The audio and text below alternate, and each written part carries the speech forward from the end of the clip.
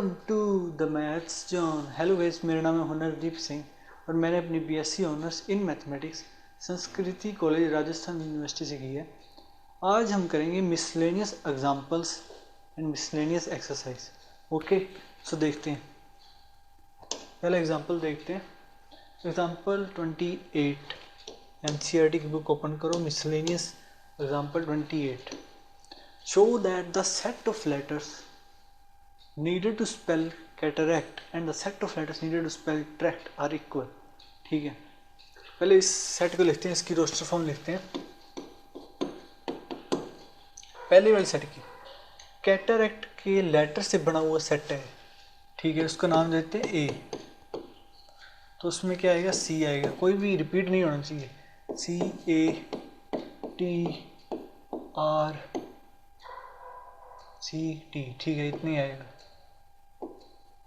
ये हो गया ए। दूसरे सेट का नाम दे देते हैं B, needed to spell tract.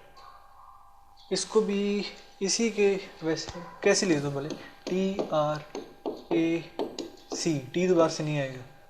हमें क्या प्रूव करना है कि ये दोनों सेट के हैं, इक्वल हैं, तो उनके सभी एलिमेंट सेम होने चाहिए। अगर इक्वल चाहिए तो देखो, सी इसमें है, सी इसमें भी है, ए इसमें है, ए इसमें भी है, टी इसमें, टी इसमें भी है, आर इसमें, आर इसमें भी है। तो सारे एलिमेंट्स बराबर हैं इनके। ऑर्डर और रिपीटिशन इसमें नहीं होता। ठीक है, ऑर्डर इसमें कोई वैल्यू का नहीं है, किसी भी ऑर्डर में लिखो कोई फर्क नहीं पड़ता, और रिपीटिशन नहीं करना होता हमें। तो a is equal to B.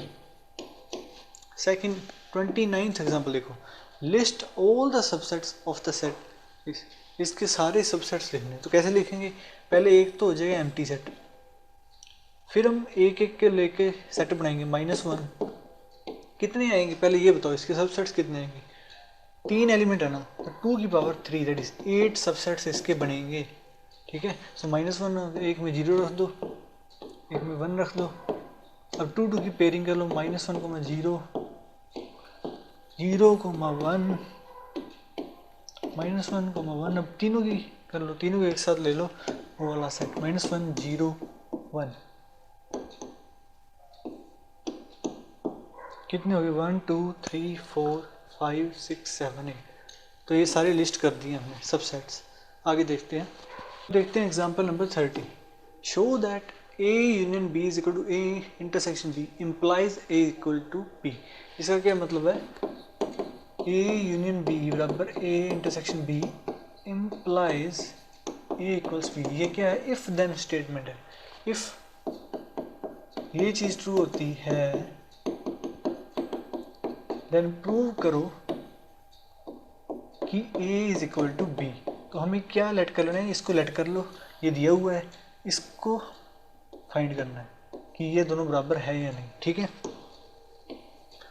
और हमें पता है दो सेट इक्वल कब करते हैं भाई, बहुत क्वेश्चन किए इस पर। ठीक है, A इक्वल्स बी को कैसे करेंगे? सबसे पहले प्रूव कर देंगे हम कि ये इसका सबसेट है, फिर B को उसका सबसेट बता देंगे। इट मीन्स ये इसके बराबर हो जाएगा। ठीक है, तो कैसे बताएंगे? देखो, इसमें से ए में से एक एलिमेंट लेते हैं, स्मॉल ए। हमें कहाँ तक पहुँचना है? बी तक पहुँचना है। ठीक है, और हमारे पास क्या दिया हुआ है? ये चीज़ दी हुई है। अब देखो, अगर कोई एलिमेंट ए सेट में है तो क्या वो इसकी ए यूनियन बी में आएगा? हाँ जी आएगा। उसका मतलब यही होता है कोई भी एलिमेंट ये ए और बी के यूनियन में आएगा, क्योंकि इसका मतलब ये होता है ए या तो ए में है या बी में है, दोनों में। तो ए अगर कैपिटल ए में है तो वो उनकी यूनियन में भी आएगा, यूनियन में आएगा। और हमें दिया है कि इसका यूनियन इंटरसेक्शन के बराबर है, तो ये उसमें आ रहा है, तो इसकी जगह हम क्या लिख सकते हैं? A intersection B. अब इसका मतलब क्या है कि ए इंटरसेक्शन में आ रहा है, मतलब दोनों में कॉमन एलिमेंट है वो। मतलब ए कैपिटल ए में भी आ रहा है और कैपिटल बी में भी आ रहा है, जो हमें चाहिए था। ठीक है, तो यहाँ से क्या पता चला हमें कि capital A subset of capital B. Okay, इसी तरीके से हम एक और एलिमेंट लेते हैं बी, स्मॉल बी, इससे जो कि यूनियन में आएगा। बिल्कुल वैसे ही करना है, इनकी यूनियन में आएगा और यूनियन बराबर इंटरसेक्शन के, अगर वो इनके इंटरसेक्शन जा रहा है मतलब दोनों में कॉमन एलिमेंट है तो ये ए में बी आएगा। इट मीन्स बी क्या है, सबसेट है ए का। अब इन दोनों से हम क्या कह सकते हैं कि ए बराबर बी, जो हमें शो करना था। ठीक है, इस तरीके से करते हैं। देखते हैं example number 31। For any set A and B show that power set of A intersection B is equal to power set of A intersection power set of B. तो कैसे प्रूव करना है, जैसे ये प्रूव किया वैसे करना है हमें। तो एक एलिमेंट इसमें ले लेंगे, उसके सारे एलिमेंट उसमें दिखा दो, उसके सारे एलिमेंट उसमें दिखा दो, दोनों एक दूसरे के सबसेट हो जाएंगे, मतलब दोनों बराबर हो जाएंगे। ठीक है, बट हमें यहाँ पे ध्यान रखना है कि पावर सेट का कोई भी एलिमेंट लेते हैं वो एक खुद सेट होगा। पावर सेट में जो भी एलिमेंट होगा वो सेट होता है, इसलिए कैपिटल एक्स लेंगे हम, कैपिटल लेटर से हम सेट को रिप्रेजेंट करते हैं। ठीक है, तो ये बिलोंग करेगा, लेट कर लिया ये,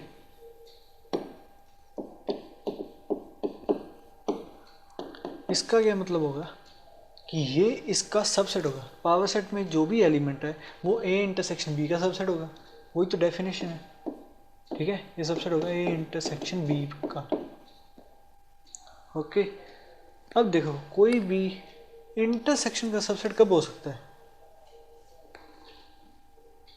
जब वो दोनों का सबसेट हो, ए का भी सबसेट हो और बी का भी सबसेट हो।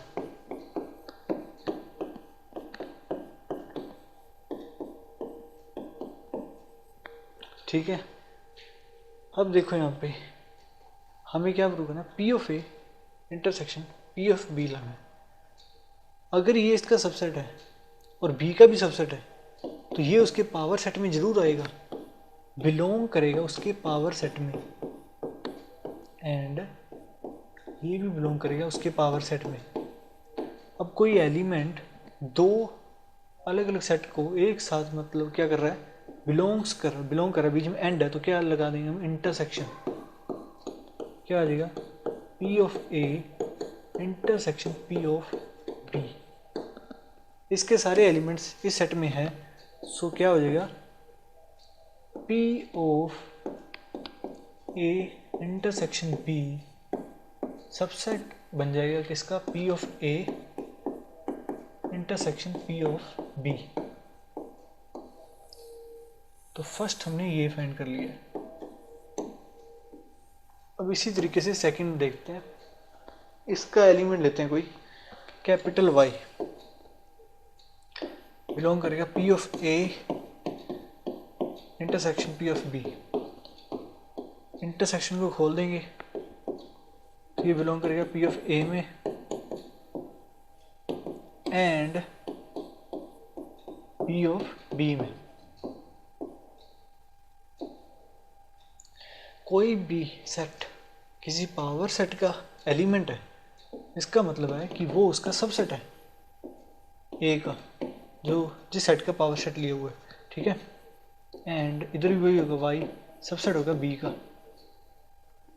अब कोई सेट दो सेट का सबसेट है एक साथ, तो वो उनके इंटरसेक्शन का भी क्या होगा, सबसेट होगा। ठीक है, अब देखो ये इसका सबसेट है, इट मीन्स ये किसका एलिमेंट हो जाएगा, इसका पावर सेट का एलिमेंट हो जाएगा, क्योंकि वो उसका सबसेट है, सबसेट का सेट ही पावर सेट होता है, तो इसके एलिमेंट सारे इसमें आ गए। It means p of A intersection P of b subset होगा p of A intersection B. ये फर्स्ट ये सेकंड, फर्स्ट और सेकंड से क्या कह सकते हैं हम कि ये दोनों बराबर होंगे, इस तरीके से प्रूव करते हैं। ठीक है, सो आगे देखते हैं। अब देखते हैं example number 32। A market research group conducted a survey of 1000 consumers. आगे वो नहीं दिया हुआ था, ये क्या दिया हुआ हमें, n of universal set, number of elements in universal set 1000 दिया हुआ है। ठीक है, एंड 720 कंज्यूमर्स लाइक प्रोडक्ट ए, उस सेट का नाम दे दो ए, वो दिया 720, और एन ऑफ बी जो बी प्रोडक्ट को पसंद करने वाले हैं वो है 450 consumers. What is the least number that must have liked both products, दोनों प्रोडक्ट, मतलब हमें क्या निकालना है, ए इंटरसेक्शन बी ये निकालना है, बट उसका लीस्ट नंबर मतलब मिनिमम वैल्यू। लीस्ट नंबर, ठीक है, ये मिनिमम वैल्यू वो निकालनी है हमें, ठीक है। यहाँ पे एक चीज़ समझना, हम क्या लिखेंगे, एक चीज़ हमें पता है कि N of A union B बराबर होता है N of A plus N of B minus N of A intersection B, ठीक है। ये प्रूफ नहीं, सॉरी, ये थ्योरम आपको पता है, ठीक है। अब देखो ये दो वैल्यूज हमें पता है, ठीक है। ये यहाँ पे आ जाएगा 720 प्लस 450 कितना होगा ये 1170, ठीक है। आ जाएगा 1170 minus N of A intersection B N of A union B. अब ये क्यों लिया मैंने, ये देखो यहाँ पे हमें चाहिए इसकी लीस्ट वैल्यू। यहाँ पे देखो ये जब बढ़ेगा ये छोटा होता जाएगा, जब ये बढ़ेगा तब ये छोटा हो जाएगा, ठीक है, क्योंकि ये माइनस में है। तो जो इसकी मैक्सिमम वैल्यू होगी तब ही इसकी मिनिमम वैल्यू हमें प्राप्त होगी, ठीक है, लीस्ट वैल्यू। ये समझ आया आपको, ठीक है। ये मैक्सिमम कब होगा, जब ये मिनिमम होगा। इसकी एक कंडीशन हम जानते हैं, तो ही हमने ये थ्योरम लिया, क्या कि ए यूनियन बी जो है ये कभी भी यूनिवर्सल सेट के नंबर ऑफ एलिमेंट से ज़्यादा नहीं आ सकते, उसके बराबर आएगा या उससे कम ही रहेगा, ठीक है। ये आपको पता होना चाहिए, सिंपल चीज़ है, वेन डायग्राम के थ्रू समझाता हूँ मैं। ऐसे मान लो ए और बी, यहाँ पे क्या N of U that is 1000 N of A intersection A union B, हमें ये पता है इसकी मैक्सिमम से मैक्सिमम वैल्यू 1000 हो सकती है। इसी एग्जांपल को बेस रखते हुए मैं यहाँ पे समझाता हूँ। जैसे यूनिवर्सल सेट दिया हुआ है, 1000 कंज्यूमर्स हैं, ठीक है। मान लो कि इस साइड में यहाँ पे 50 हैं, ठीक है, मान लो 500 है, यहाँ पे 200, ओके, और यहाँ पे क्या है 100, कितने हुए 800, 200 यहाँ पे आ जाएंगे। देखो यहाँ पे 500 to 700 800 बचे 200, ठीक है। ये टोटल यूनिवर्सल सेट में ये है अपना ए यूनियन बी। यहाँ पे क्या दे रहे हैं, नंबर ऑफ एलिमेंट्स कितने आ रहे हैं 800, बट मैक्सिमम टू मैक्सिमम कितने आ सकते हैं, जितने यूनिवर्सल सेट में है उतने आ सकते हैं इसमें। मान लो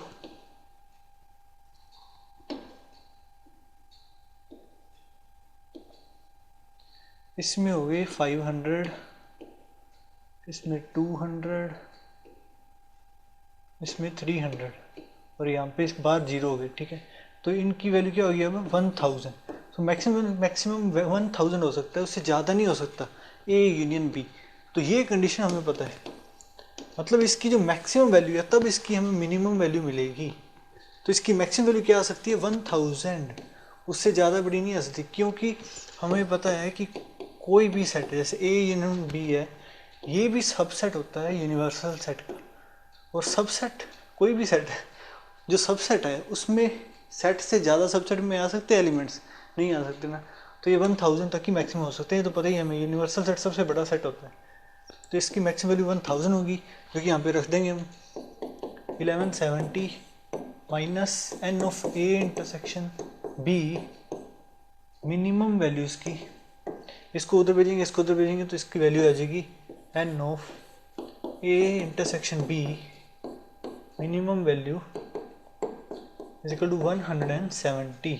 सो इस तरीके से इसे सोल्व करते हैं। अगर आपको पूरा कंसेप्ट क्लियर है ना तो आप कुछ भी सोल्व कर सकते हो। हमने पहले ये देखा, हमारे पास इसमें एक कंडीशन थी तो हमने इसको अप्लाई करने की कोशिश की, इसका फॉर्मूला लगाया जो हमेशा लगाते हैं हम, ठीक है।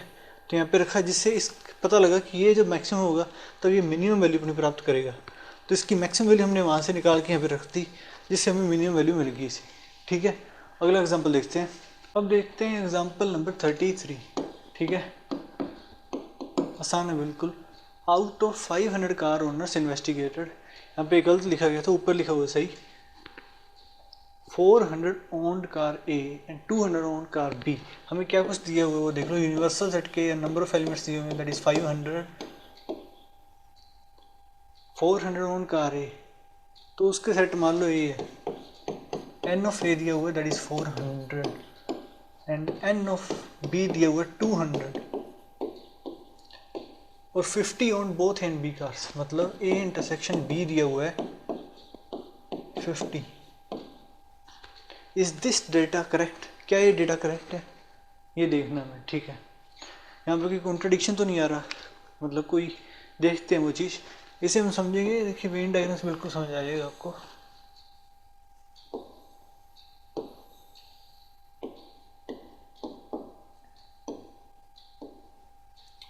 पूरे यूनिवर्सल सेट में 500 हैं, ठीक है।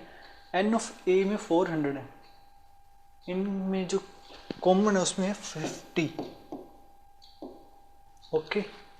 और एन ऑफ ए में पूरे में 400 है, 50 यहाँ पे आएगा तो 400, यहाँ पे कितने बचेंगे 350, ओके।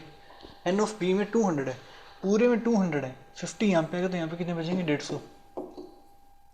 अब यहाँ पे एक चीज़ आपको देखनी पड़ेगी कि N of A union B, देखो तीनों को ऐड करो क्योंकि यूनियन है, डिसजॉइंट सेट्स हैं, सारे प्लस होंगे। 350 प्लस 50 प्लस 150 तो कितने हुए 4 550, जो कि यूनिवर्सल सेट से बड़ा आ गया, ठीक है नंबर। ये तो हो ही नहीं सकता, दिस इज ए कॉन्ट्रडिक्शन, क्योंकि ये खुद क्या है, सबसेट होता है यूनिवर्सल सेट का।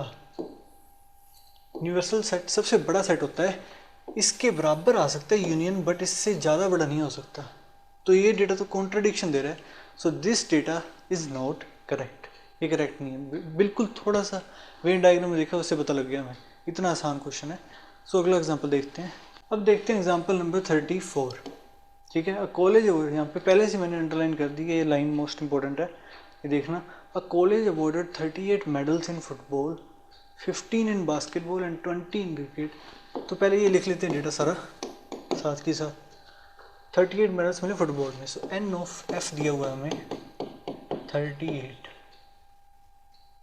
एन ऑफ बी दिया हुआ है 15, एन ऑफ सी दिया हुआ है हमें 20।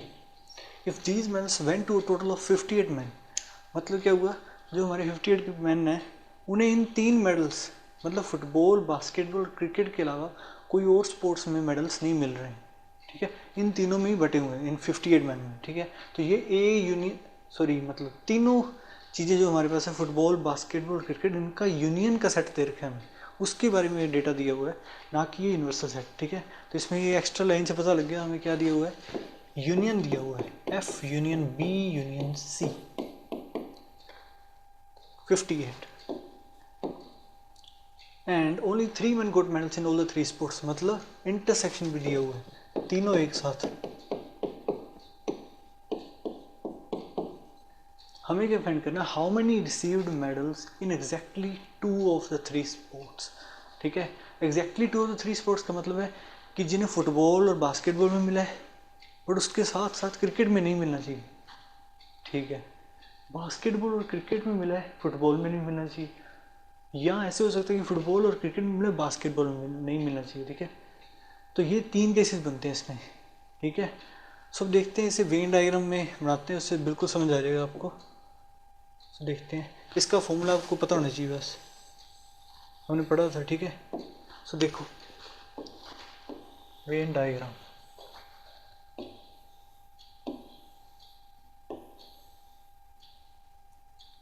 एफ बी सी एंड ये हमारा यूनिवर्सल सेट, ठीक है।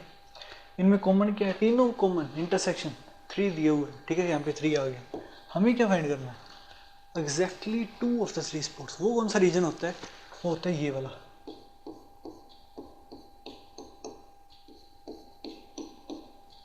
इधर वाले रीजन, मतलब फुटबॉल और क्रिकेट में मिला मेडल बट बास्केटबॉल में नहीं मिला। यहाँ पे ये रीजन किसको रिप्रेजेंट कर रहा है, फुटबॉल और बास्केटबॉल में मिला बट क्रिकेट में नहीं मिला। एग्जैक्टली टू, ठीक है, तीनों एग्जैक्टली 2 है। तो ये रीजन हमें फाइंड करना है, इसमें बताने कितने नंबर ऑफ एलिमेंट्स हैं, ठीक है। सो देखते हैं, ठीक है। यहाँ पे नाम देते रीजन्स को, ए सी। ठीक है, अब इसका फॉर्मूला लगाते हैं, सारा कुछ निकल जाएगा आसानी से। ठीक है, सो क्या है, N of f union B union c बराबर है, होता है N of f plus N of b plus N of c. उसके बाद नेगेटिव आएगा, पेयरिंग करेंगे हम दो दो की। ठीक है, प्लस एन ऑफ, यहाँ पे माइनस में लिख लेते पहले ही, आपको पता ही है, minus N of F intersection b minus N of B intersection C minus N of F intersection C plus में एफ इंटरसेक्शन बी इंटरसेक्शन सी। ठीक है, ये दिया हुआ, इसकी वैल्यू क्या है 58 आ रही है, बराबर में क्या है 58, मतलब इधर दिया हुआ 58 equals to n of F की वैल्यू 38, एन ऑफ बी की वैल्यू 15, एन ऑफ सी की वैल्यू 20,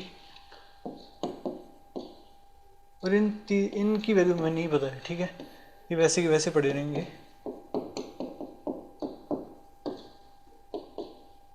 बी इंटरसेक्शन सी माइनस एफ इंटरसेक्शन सी प्लस में इसकी वैल्यू पता है हमें, दैट इज 3 प्लस 3। अब जो हमें नहीं पता उन्हें एक साइड कर लो, जो हमें मतलब ये वैल्यूज है वो एक साइड कर लो, इन्हें हम इधर लेके जाते तो क्या आएगा, n of F intersection B plus N of B intersection C plus N of F intersection C, वो बराबर होगा, ये एक साइड आएगा, ये इधर आ जाएगा। 38 प्लस 15 कितना होता है 53 26 76 तो 76 माइनस 58 दैट इज 18। ठीक है, सीधा लिख रहा हूँ मैं,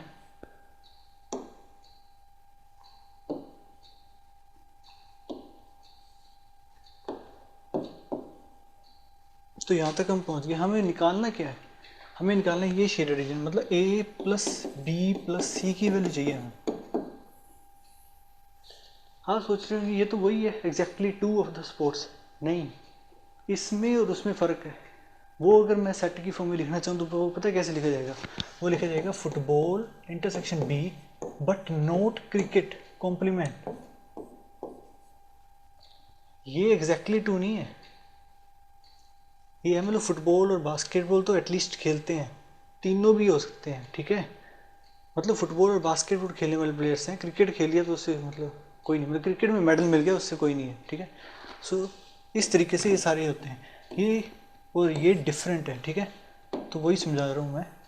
अब इसकी वैल्यू रख देते हैं वहाँ से देख कर, कैसे, एफ इंटरसेक्शन बी, वो कौन सा एरिया, वो कौन सा एरिया, देखो एफ इंटरसेक्शन बी ये ए प्लस 3 यहाँ पे आ जाएगा, plus B intersection C C plus 3 plus F intersection C that is B plus 3 बराबर आ गया 18 के। तो A plus B plus C किसके बराबर आ गया 6 9 दैट इज 9। तो ये हमारा आंसर हुआ exactly 2 of the 3 sports, 9 answer है। ठीक है, अब हम करते हैं आगे exercise, miscellaneous exercise. Okay, so miscellaneous exercise का पहला क्वेश्चन स्टार्ट करते हैं। Decide among the following sets which sets are subsets of one and another. ठीक है, कौन कौन से, क्या कौन सा किसका सबसेट है ये देखना है बस। ए सेट दिया हुआ, बी सेट दिया, सी दिया और डी दिया। ठीक है, 3 की रोस्टर फॉर्म, एक की सेट बिल्डर फॉर्म, तो ए की भी रोस्टर फॉर्म लिख लेते हैं, फिर देख के पता लगाएंगे कौन सा किसका सबसेट है। ठीक है, तो देखिए ए की रोस्टर फॉर्म क्या होगी, रियल नंबर्स आएंगे इसमें जो इस इक्वेशन को सेटिस्फाई करते हो, वो वाले रियल नंबर्स। कौन सेटिस्फाई करते हैं, इसको सॉल्व करो पहले। एक्स यहाँ पे कर देते हैं, x square minus 8x plus 12 equals 0।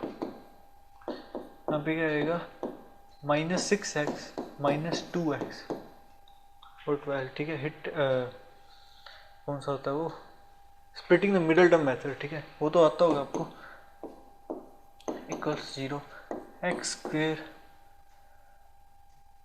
इसमें करना था हमें, इससे x कॉमन ले लो, x माइनस 6, माइनस 2 कॉमन लिया तो x माइनस 6, ठीक है, x minus 2 into x minus 6 equals 0, तो x इक्वल टू 2 और 6 जो कि रियल नंबर्स हैं, तो ये दो इसमें आ जाएंगे 2,6। ए पता लग गया हमें, बी का हमें पता है दैट इज 2, 4, 6, सी भी पता है हमें 2, 4, 6, 8, और डी भी पता है हमें 6। अब देखो कौन सा किसका सबसेट है। 2, 6 सबसेट कब होता है, जब उसके सारे एलिमेंट्स दूसरे सेट में आ जाए। 2, 6 इसमें है, इसमें भी है, तो एक यहाँ पे एक पता लगेगा कि ए सबसेट है किसका, बी का। 2, 6 इसमें भी है, तो ए सबसेट है, सी का भी सबसेट है वो, ठीक है। अब देखो 2, 4, 6 इसमें है और इसमें भी है, उससे ज़्यादा है, तो मतलब बी क्या है, सबसेट है सी का। और दिख रहा है कोई, देखिए डी, इसमें 6 एलिमेंट है, वो इसमें भी है, इसमें भी है, इसमें भी है, तो डी सबका ही सबसेट है। तो डी क्या है, सबसेट है वो ए का, और डी बी का भी सबसेट है, डी सी का भी सबसेट है। सीधा हम ऐसे भी लिख सकते थे कि ए बी का सबसेट और बी सी का सबसेट है, तो यहाँ से पता लग जाता है हमें, ठीक है। और ये लिख दिया, ये सारे सबसेट हैं जो बताने थे हमें, ठीक है। सो अगला क्वेश्चन देखते हैं। अब देखते हैं question number second, in each of the following determine whether the statement is true और फॉल्स। ये देखना ये स्टेटमेंट्स ट्रू है या फॉल्स है। अगर वो ट्रू आती हैं तो उसे प्रूव करो, अगर वो फॉल्स है तो उसका एग्जांपल दो, ठीक है। सो पहले करते हैं हम।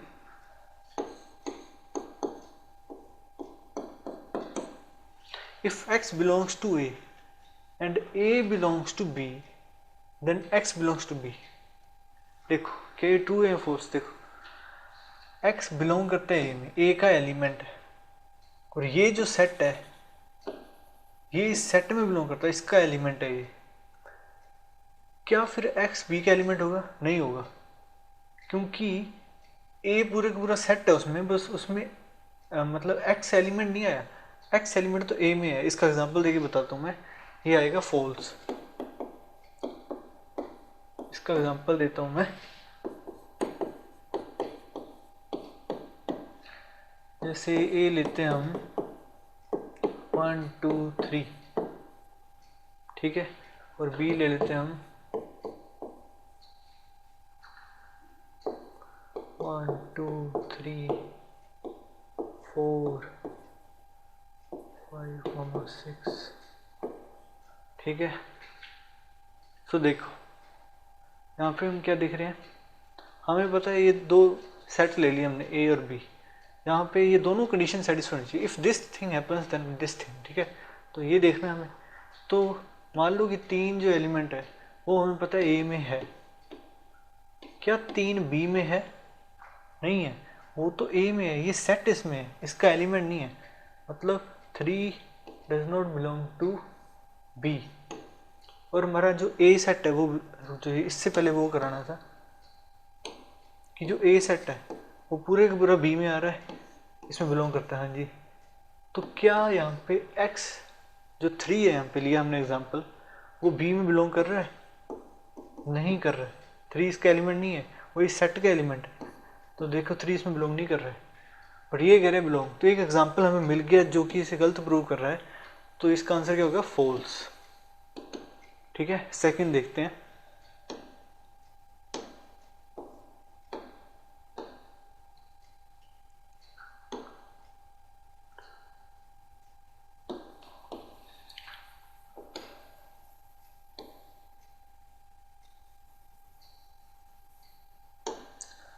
सेकंड देखते हैं इसका, if A is the subset of B and B belongs to C, then A belongs to C। सो देखो ये इसका सबसेट है, मतलब इसके सारे एलिमेंट्स इसमें हैं, ठीक है, और B जो है वो C में बिलोंग करता है। क्या A भी बिलोंग करता होगा C में? नहीं करता। इसका एग्जांपल देखते हैं, कोई काउंटर एग्जांपल होगा, ये नहीं करेगा बिलोंग, ठीक है। सो एक एग्जांपल देता हूँ मैं आपको, जैसे इसके हिसाब से लेते हैं हम, ठीक है। ए सब एक ले लिया सेट ये, अब बी ले लिया हमने सेट मान लो 1 2 3, एंड सी एग्जाम्पल है ना जिसमें बी बिलोंग करता हो, मतलब इसमें सेट हो 1 2 3 4 6, ठीक है। अब देखो क्या है, कंडीशन सेटिस्फाई होने पर ये चीज़ आनी चाहिए, ए बी का सबसेट है यहाँ पे, देखो सारे एलिमेंट्स इसमें है तो ए बी का सबसेट है, साथ में बी सी में बिलोंग करना चाहिए, बी सी में बिलोंग कर रहा है, उसका एलिमेंट है, तो क्या चीज़ ट्रू होनी चाहिए, ए बी सी में बिलोंग करना चाहिए। क्या ये पूरा का पूरा एलिमेंट इसमें है? नहीं है, ये देखो ये एलिमेंट नहीं है इसमें, तो ए डज नॉट बिलोंग्स टू सी आ चुका है, जो कि इस का एक काउंटर एग्जांपल हो गया, ये क्या आएगी स्टेटमेंट फॉल्स। ओके, तो ये उसका एग्जांपल। थर्ड देखते हैं अब,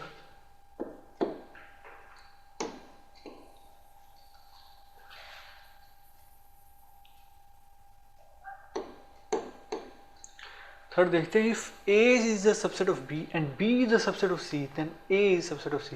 ये तो देखने पर पता लग रहा है ट्रू है। कैसे? जैसे वेन डायग्राम से मैं समझी, इसका मतलब सबसेट का मतलब क्या होता है, जैसे मतलब पहले B सेट है, A इसका सबसेट है, मतलब A पूरे पूरा इसमें आ रहा है, A के सभी एलिमेंट्स इसमें, मतलब A इसके अंदर है, A B का सबसेट है, B C का सबसेट है, C यहाँ पे मान लो, देखो यहाँ पे। और अब इसे देखकर ये नहीं बता सकते हम कि ए सी का भी सबसेट है, क्योंकि ये भी पूरे का पूरा उसके अंदर ही आ रहा है, तो बाई वेन डायग्राम तो हम ऐसे दिखा सकते हैं, ठीक है, बट हमें इसे प्रूव करना होगा, ठीक है, क्योंकि हमें लिखा है if it is true then prove it. Prove कैसे करेंगे इस चीज़ को, इस चीज़ की अजम्पशन मान लेंगे, if this thing happens then ये प्रूव करना है हमें। तो ये स्टेटमेंट्स हमारे पास गिवन है, क्या गिवन है हमारे पास, कि ए सबसेट है बी का एंड बी सबसेट है सी का, हमें प्रूव करना है ए इज सबसेट ऑफ सी। वो कैसे प्रूव करते हैं, उससे जनरल एलिमेंट ले लेते हैं एक, ठीक है, एक्स बिलोंग करते हैं मान लो ए में, देन हमें पता है कि ये इसका सबसेट बी का, तो ये इसका एलिमेंट है, इसके सारे एलिमेंट बी में भी बिलोंग करते हैं, इट मीन्स एक्स बी में भी होगा। और हमें पता है बी भी सबसेट है, मतलब इसके सारे एलिमेंट्स भी सी में है, मतलब एक्स बी में है तो एक्स सी में भी होगा। यहाँ से चले थे यहाँ पे आगे, मतलब सारे एलिमेंट्स ए के सी में है, इट मीन्स ए क्या हुआ, सबसेट हुआ सी का, यहाँ पे लिख दो ट्रू, ठीक है। फोर्थ करते हैं अब, if a is not a subset of b and b is not a subset of c then prove करो कि a is not a subset of c. एक एग्जांपल से समझते हैं इसे, देखो ए लेता हूँ मैं ये, बी ले लेता हूँ ये, और सी ले लेता हूँ, ठीक है। अब ये दोनों चीज़ें तो हमें गिवन है, हमें प्रूव करना है, हमें देखना है कि ये चीज़ ट्रू है या नहीं, ठीक है। तो यहाँ पे देखो ए बी का सबसेट नहीं है, क्योंकि इसके सभी एलिमेंट इसमें नहीं आ रहे, कोई एलिमेंट नहीं आ रहा, साथ में बी भी सी का सबसेट नहीं है, देखो कोई एलिमेंट नहीं आ रहा। हमें क्या देखना है अब, क्या ए सी का सबसेट है या नहीं, वो देखना पड़ेगा। देखिए ए सी का सब सारे एलिमेंट्स ऐसे सी में आ रहे हैं, तो ए तो सी का एलिमेंट हुआ, ए के सभी एलिमेंट्स मतलब सी में है, इट मीन्स ये इसका सबसेट है। बट हमें क्या प्रूव करना था कि ये इसका सबसेट नहीं होगा, तो ये क्या है, स्टेटमेंट फॉल्स है। इसका काउंटर एग्जांपल क्या है, ये जो मैंने अभी दिया है, ठीक है। अब देखते हैं फिफ्थ,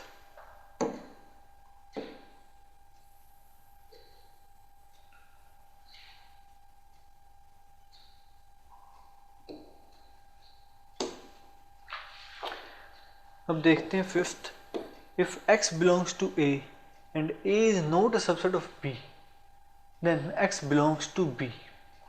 इसका क्या मतलब, देखिए मतलब ये एक एलिमेंट x वो a में है, बट a b का सबसेट नहीं है, मतलब इसके सारे एलिमेंट्स इसमें नहीं आ रहे हैं, देन जो x है वो b में होगा। इसको भी एक एग्जांपल के थ्रू समझते हैं हम, देखो a ले लेते हैं हम 1 4 6, ठीक है, एंड बी ले लेते हैं हम 4 5 9। तो देखिए, और x जो एलिमेंट हम चेक कर रहे हैं वो देख लें, वो ले रहे हैं हम 6 A में है, ठीक है, जैसे ये। एंड हमें ये भी पता है कि A B का सबसेट नहीं है। देखो सारे एलिमेंट्स आने चाहिए इसमें, इसमें नहीं आ रहे, तो A B का सबसेट नहीं है। इट मीन्स क्या होना चाहिए, स्टेटमेंट जो कह रही है कि 6B का एलिमेंट होना चाहिए, 6B का एलिमेंट होना चाहिए, बट हमें दिख रहा है इसका एलिमेंट नहीं है। तो ये क्या है, फॉल्स स्टेटमेंट है, और इसका एग्जांपल हमने दे दिया है, काउंटर एग्जांपल, ठीक है। अब देखते हैं 6th।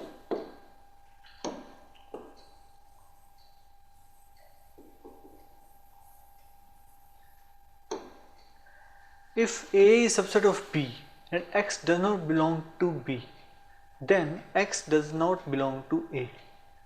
So ये हमें प्रूव करना है, ठीक है, देखना है कि ट्रू है नहीं। इसको देखो, A B का सबसेट है, दिया हुआ है, मतलब A के सभी एलिमेंट्स B में हैं, कोई एक एलिमेंट B में नहीं है, इट मीन्स वो A में भी नहीं होगा। सिंपल सी बात है, ये तो ट्रू स्टेटमेंट है। कैसे, समझो ना, जैसे एक वेन डायग्राम बता रहा हूँ मैं, B ले रहा हूँ, उसका सबसेट है A, ठीक है। अगर कोई एलिमेंट B में नहीं है, मान लो 2 B में नहीं है, वो इसके बाहर है, देन हमें दिख रहा है कि वो 2 A में भी नहीं होगा, ठीक है। तो ये स्टेटमेंट है ट्रू, तो हमें इसे प्रूव करना है। अब स्टेटमेंट में पता लगी ट्रू है, बट इसे प्रूव कैसे करेंगे। देखिए, सबसे पहले हमें दिया हुआ है A इसका B का सबसेट है, तो इसका क्या मतलब है, हम क्या लेट कर लेते हैं, पहले मान लेते हैं इसका उल्टा। ये चीज़ें हमें गिवन है, हमें प्रूव करना है ये चीज़। हम क्या मान लेते हैं, X बिलोंग करता है A में, ये लेट कर लिया, ठीक है, ये अजम्पशन हमारा।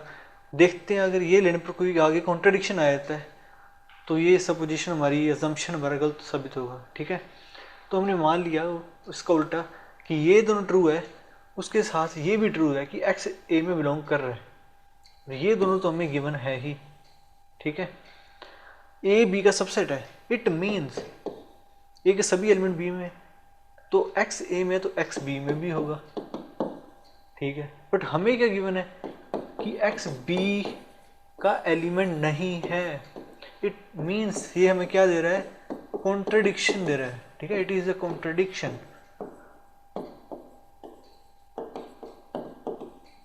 सो आवर अजम्पशन इज रॉन्ग कि X A में बिलोंग नहीं करेगा, मतलब X does not belong to A।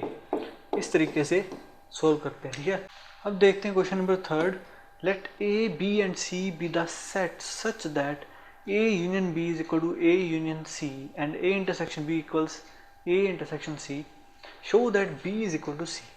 कोई भी दो सेट हम कैसे बराबर प्रूव करते हैं, आपको पता है, इसका एलिमेंट ले लेंगे जनरल, अगर वो एलिमेंट इसमें आ गया तो उसका सबसेट हो जाएगा, ठीक है। वैसे ही ये उसका सबसेट प्रूव कर देंगे तो दोनों इक्वल आ जाएंगे, वही सेम टू सेम। क्या प्रूव करना है हमें, हम पहले लेंगे X belongs to B, solution कर रहे हैं, ठीक है, और कहाँ तक पहुँचना है हमें, X बिलोंग्स टू C तक पहुँच जाएंगे, तो ये क्या हो जाएगा, B C का सबसेट।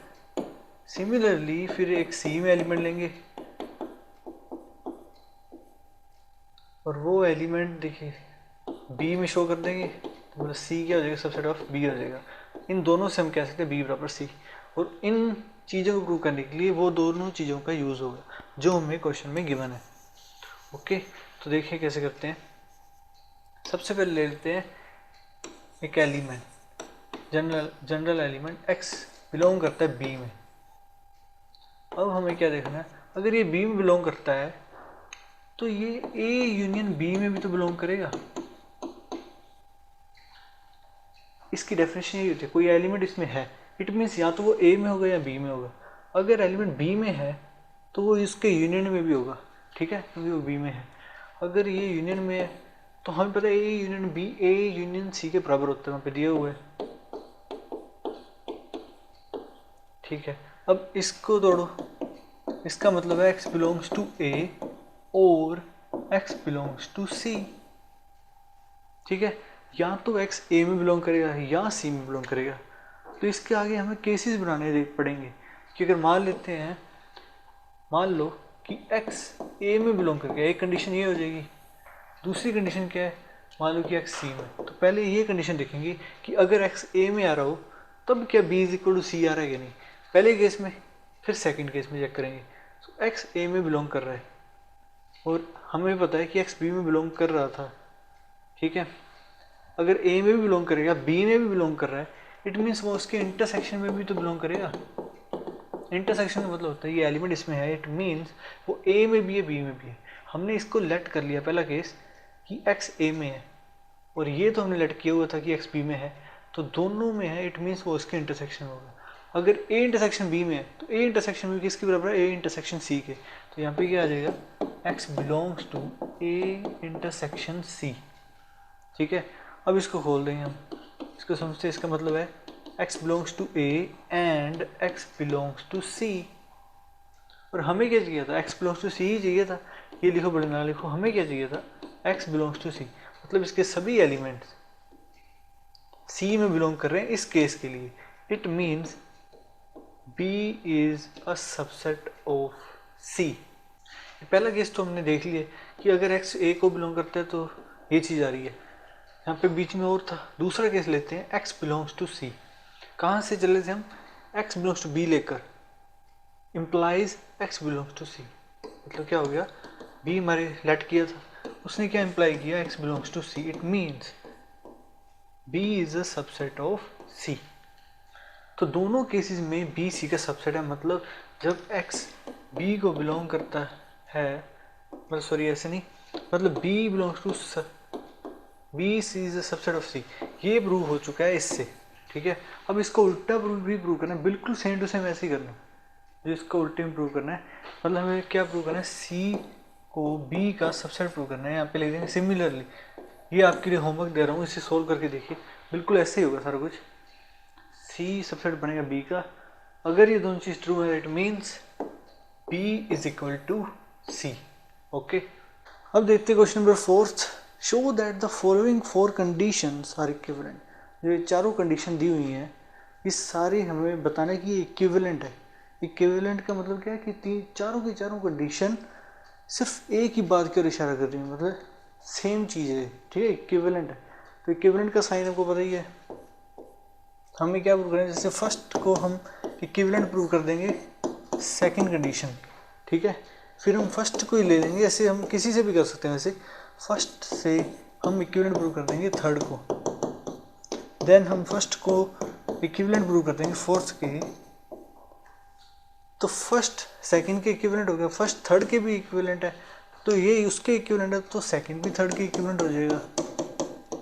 और थर्ड हमारा फर्स्ट से इक्विवेलेंट है, फर्स्ट हमारा फोर्थ से इक्विवेलेंट है, तो थर्ड भी हमारा फोर्थ से इक्विवेलेंट हो जाएगा।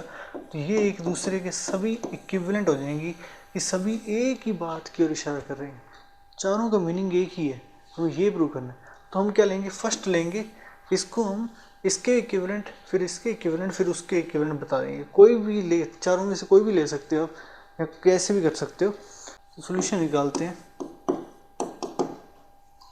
सबसे पहले फर्स्ट हम लेते हैं, इसको ले लेते हैं, ये कंडीशन ट्रू है, ये लेट कर लिया हमने। हमें क्या प्रूव करना है, हम पहले ये प्रूव करेंगे कि जो ये कंडीशन है फर्स्ट वाली और सेकंड वाली, ये दोनों क्या है, इक्विवेलेंट है। उसके लिए हमें क्या प्रूव करना होगा, यहाँ पे पहले हम इसको मानते हुए उसको निकाल देंगे हम, ठीक है। फिर हम कौन सा करेंगे कि इसको मानते हुए इसे निकाल देंगे, तो दोनों इम्प्लीकेशन हो गए ना, दोनों डायरेक्शन में। तो वो प्रूव करना है। सबसे पहले हमें क्या प्रूव करना है, ये प्रूव करना हमें दिस इम्प्लाइज दैट। तो हम क्या करते हैं, हम कॉन्ट्रडिक्शन से निकालते हैं इसे।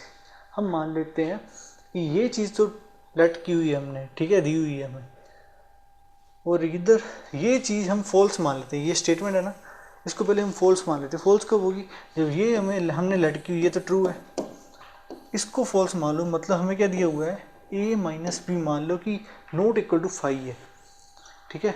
और इसमें कुछ एब्सर्ड, कुछ कॉन्ट्रडिक्शन आ जाएगा, जिससे हमारी सपोजिशन या अजम्पशन हमारा गलत हो जाएगा कि ये इज़ नॉट इक्वल टू 5, ये आ जाएगा a minus B is equal to 5। कैसे करते हैं वो देखो, थोड़ा सा मतलब अगर ना समझे दोबारा से देखना आपको आ जाएगा समझ, धीरे धीरे सब कुछ समझ आ जाएगा।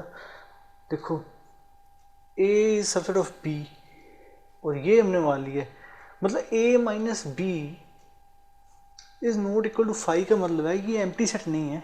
इसका मतलब क्या होता है कि a वाले एलिमेंट्स b वालों को छोड़कर वो वाले एलिमेंट्स a के जो b के साथ कॉमन नहीं है, इन्होंने क्या कहा है कि a माइनस बी 5 के इक्वल नहीं है, एम्प्टी सेट नहीं है, मतलब कोई ना कोई एलिमेंट इसमें है। इसको लेते हैं हम, जैसे देखिए a minus B is not equal to 5, ठीक है। तो एक एलिमेंट लेट करते हैं हम, इसका मतलब है कि ये एम्प्टी सेट नहीं है, कि देयर एग्जिस्ट एन एलिमेंट जो कि ए में एग्जिस्ट करता है, बिलोंग करता है, बट बी में नहीं है, ठीक है। सो हमें प्रूव करना है, हमारे साथ ये भी हम लेट किया हुआ है। ये लेट किया हुआ का मतलब क्या है कि ए बी का सबसेट है। इसका मतलब है कि इससे हम क्या लिख सकते हैं कि x जो है वो b में भी है, क्योंकि a b का सबसेट है, तो x a में b में भी है, and x does not belong to b। अब यहाँ पे कह रहे कि x b को बिलोंग कर रहा है और यहाँ पे नहीं कर रहा बिलोंग, तो ये तो कॉन्ट्रडिक्शन हो गया ना, एक एब्सर्ड थिंग आ गई हमारे पास, ठीक है। सो आवर सपोजिशन और we can say assumption is wrong, ठीक है। ये अजम्पशन हमारी गलत है। इसका मतलब है कि a माइनस बी एक एम्प्टी सेट है, हम इसको लेकर चले थे, ठीक है। ये हमने माना था, कॉन्ट्रडिक्शन से ये प्रूव हो गया कि ये हमारा अजम्पशन गलत है, मतलब ये चीज़ ट्रू है कि ये चीज़ होते हुए इसको इम्प्लाइज करती है, ठीक है, इसको इम्प्लाई करती है। अब इसकी दूसरी डायरेक्शन को भी सिमिलरली हम प्रूव करेंगे, देखिए कैसे। अब देखो फर्स्ट साइड तो प्रूव कर लिया हमने, इधर वाला इम्प्लीकेशन, अब रिवर्स इम्प्लीकेशन प्रूव करते हैं।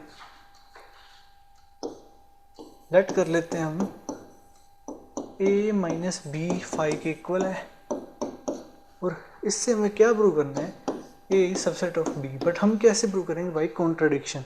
तो मान लेंगे कि ये इसका सबसेट नहीं है, ठीक है।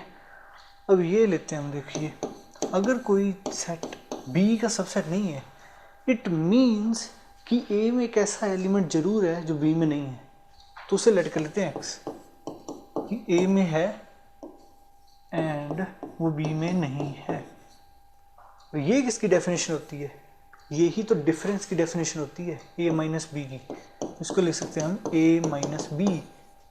तो यहाँ पे हमने लेट किया हुआ था कि a माइनस बी में कुछ भी, मतलब a माइनस बी एक एम्प्टी सेट है, यहाँ पे उसमें एक एलिमेंट शो हो गया, तो ये तो कॉन्ट्रडिक्शन है ना, तो हमारी अजम्पशन गलत है। इट मीन्स कि ये चीज़ इम्प्लाई करेगी क्या, a is subset of b। अब दोनों डायरेक्शन प्रूव हो चुकी हैं। इट मीन्स जो फर्स्ट कंडीशन है और जो सेकंड कंडीशन है, ये दोनों क्या है, एक दूसरे के इक्विवेलेंट हैं। इसी प्रकार से हम फर्स्ट को थर्ड के बराबर इक्विवेलेंट प्रूव कर देंगे और फोर्थ के इक्विवेलेंट, तो ये सारे एक दूसरे के इक्विवेलेंट हो जाएंगे, ठीक है। इसी प्रकार हम अब देखते हैं फर्स्ट और थर्ड को लेते हैं। अब हम प्रूव करते हैं फर्स्ट और थर्ड को इक्विवेलेंट, ठीक है। सो देखिए हमें क्या प्रूव करना है, A is a subset of B, ये इक्विवेलेंट होगा A union B is equal to B, ठीक है। ये प्रूव करना है। तो सबसे पहले क्या प्रूव करेंगे हम, इस डायरेक्शन वाला इम्प्लीकेशन, ठीक है। तो ये प्रूव करना है, ये गिवन है, ये प्रूव करना है हमें। और दो सेट को हम इक्वल कैसे प्रूव करते हैं, इसको पहले इसका सबसेट दिखा देंगे, फिर B तो इसका सबसेट होता ही है, तो उससे मतलब इक्वल प्रूव हो जाएगा, फिर हम रिवर्स डायरेक्शन ले लेंगे, ठीक है। तो पहले ये देखते हैं, इसमें देखिए हमें ये दिया हुआ है और ये प्रूव करना है हमें।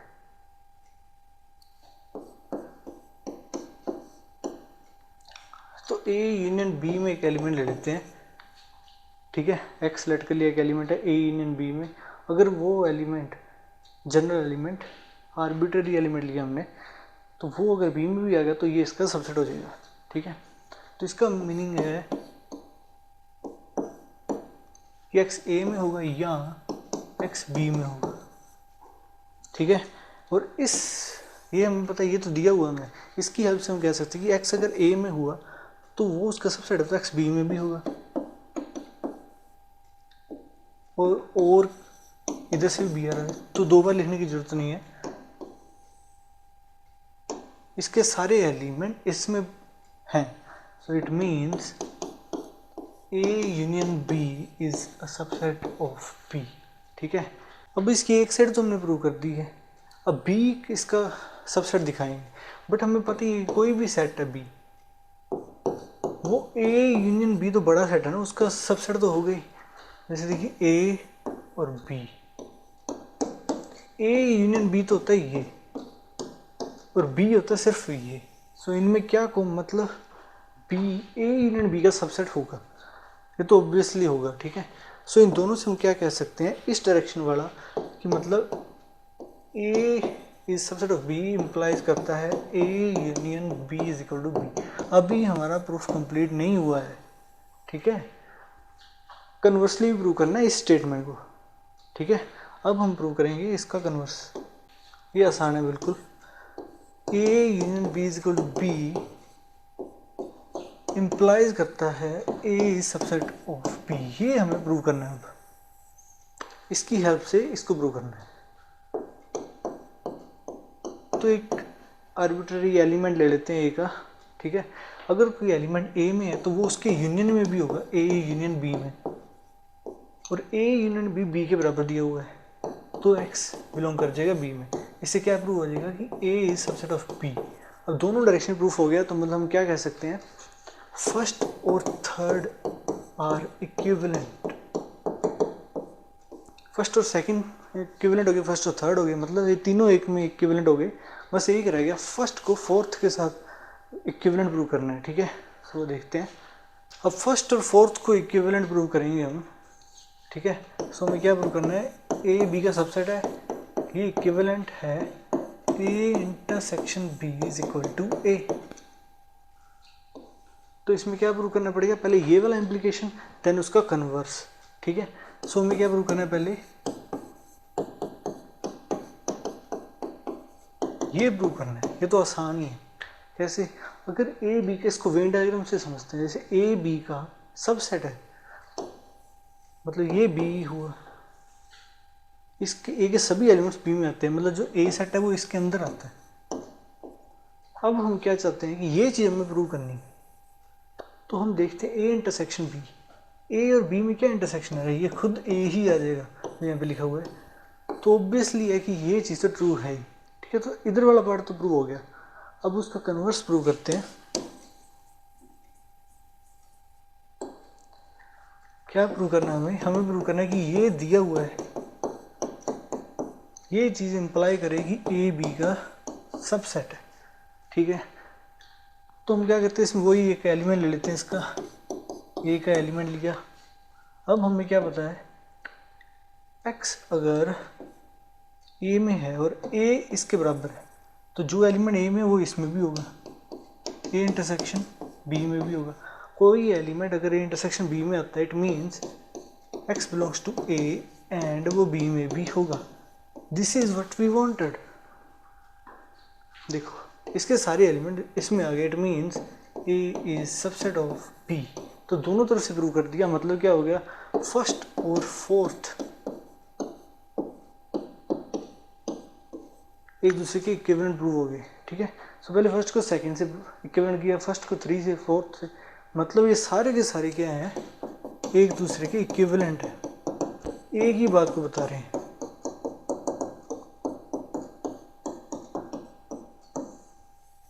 ठीक है, इस तरीके से प्रूव करते हैं। अगला क्वेश्चन देखते हैं। अब देखते हैं क्वेश्चन नंबर 5। ठीक है, show that if a is subset of b then c minus b will also be subset of C minus a. ठीक है, आसान सा क्वेश्चन है बिल्कुल। पहले खुद पोज करके अटेम्प्ट किया करो इसे। ठीक है, फिर देखा करो इसका सॉल्यूशन। सो देखते हैं, हमें ये दिया हुआ है ए बी का सबसेट है, ये गिवन है, हमें इसको इसका सबसेट प्रूव करना है। वो कैसे करते हैं, हम कोई एक आर्बिट्ररी एलिमेंट ले लेते हैं एक्स सी माइनस बी में।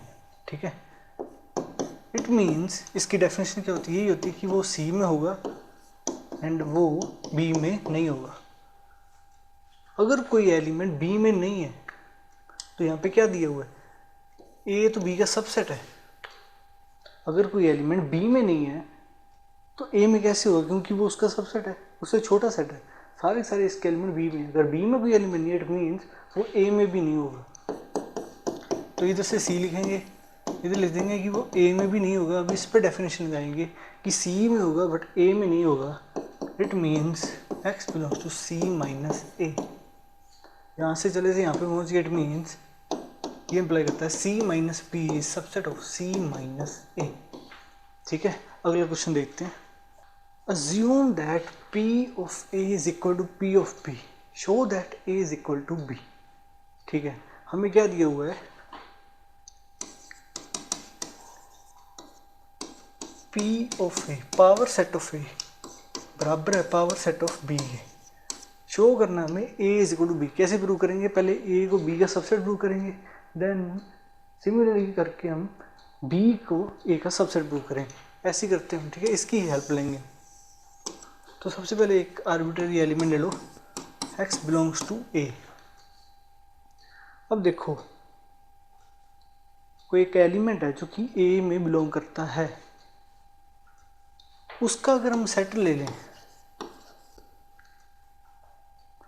एक एलिमेंट जो a में है उसका अगर सेट ले लें तो ये a का सबसेट नहीं आएगा। खुद सोचो, मतलब ए में एलिमेंट है, मतलब कई एलिमेंट है, उसमें एक्स भी एक एलिमेंट है। तो जो ये सेट होगा ये ए का सबसेट होगा, देख सकते हैं, ठीक है।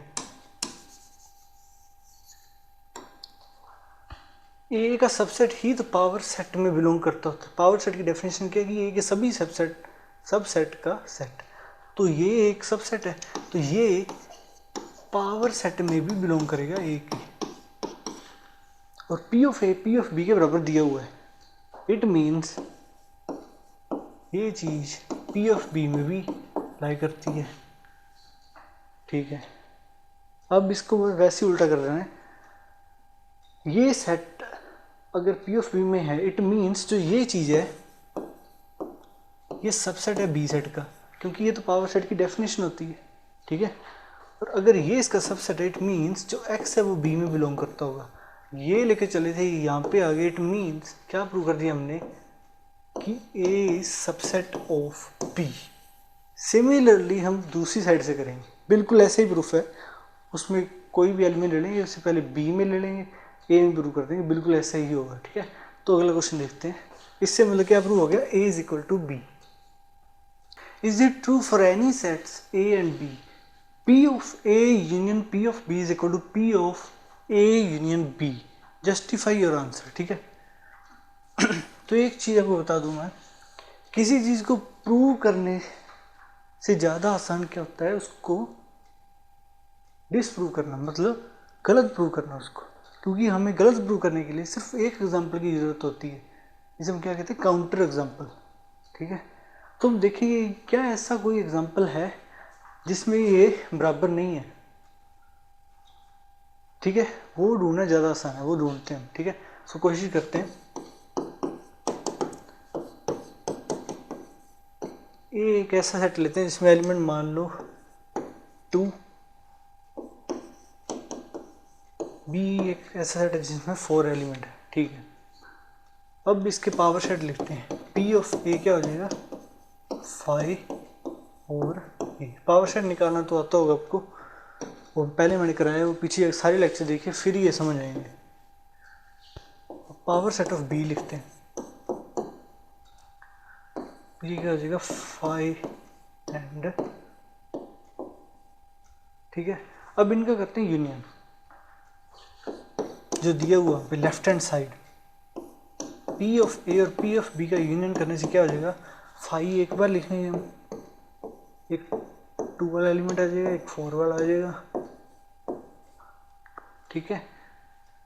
और ये हो गया हमारा LHS। तो RHS लिखते हैं P of A union B, ठीक है। देखते हैं दोनों बराबर आते हैं या नहीं। इधर लिख लेते हैं, पहले हम निकालना होगा A यूनियन B, वो क्या आ जाएगा, 2 और 4 दोनों आ जाएंगे उसमें, ठीक है। अब इसका पावर सेट क्या होगा, अब देखने से पता चल रहा है वो अलग होगा।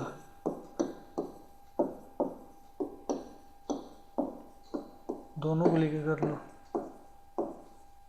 तो देखो ये और ये बराबर है नहीं, 3 एलिमेंट सेम है, 1 एलिमेंट एक्स्ट्रा है, तो ये इसके बराबर नहीं आया फॉर दिस एग्जांपल।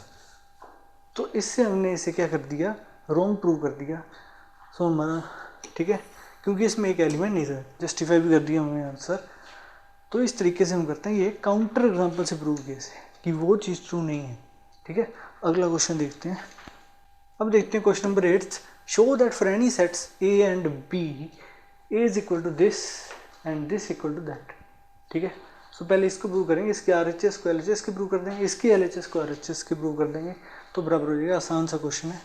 सो देखिए फर्स्ट पार्ट, डिस्ट्रीब्यूटिव प्रॉपर्टी लगेगी यहाँ पे, ठीक है, उसकी उल्टी।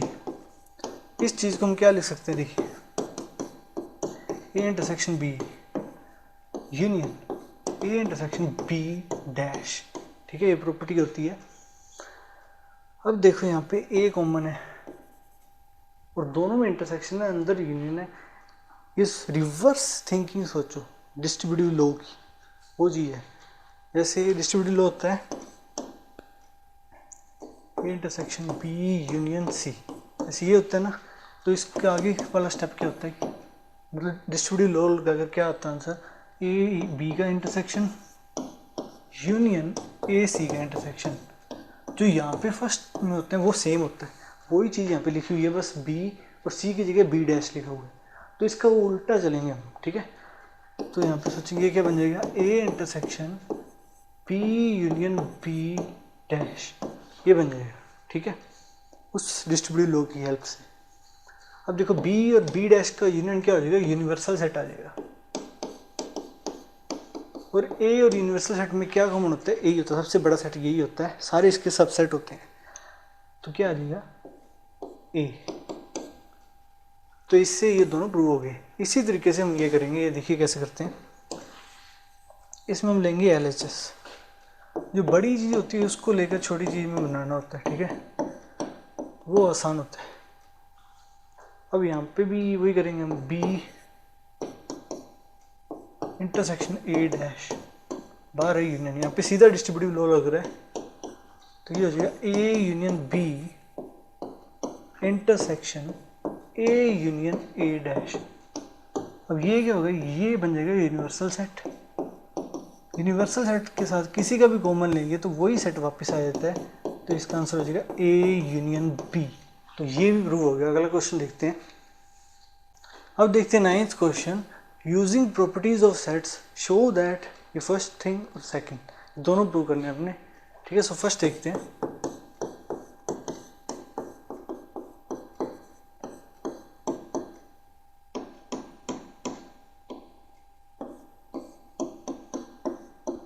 इसको प्रूव करना है कि इसमें एक प्रॉपर्टी लगेगी जो मिसलेनियस में ही किसी क्वेश्चन में यूज हुई है, ये वाली। अगर x सबसेट होता है y का, तो ये क्या इम्प्लाई करता है, मतलब ये इक्विवेलेंट होते हैं किसके, x यूनियन y आए थे, ये हमने इक्विवेलेंट प्रूव किए थे। इसका मतलब है अगर x y का सबसेट है तो उनका यूनियन y के बराबर ही आएगा। ये यहाँ पे लगेगी, देखिए कैसे। हमें क्या पता है, हम इनको देखेंगे, x हमारा a है, x मानो, या मतलब इसको y मान लो, चलो y हमारा a है, x हमारा a है, इनके बीच क्या लगा हुआ है, यूनियन। तो हमें क्या पता है कि a इंटरसेक्शन b ये सबसेट होता है a का, ये हमें पहले से पता है। कैसे, डायग्राम, वेन डायग्राम समझाता हूँ। जैसे ये a हो गया, ये b हो गया, a इंटरसेक्शन b सबसेट है ए का, दिख रहा है, ए का सबसेट है। ठीक है, तो ये पहली लाइन होगी प्रूफ।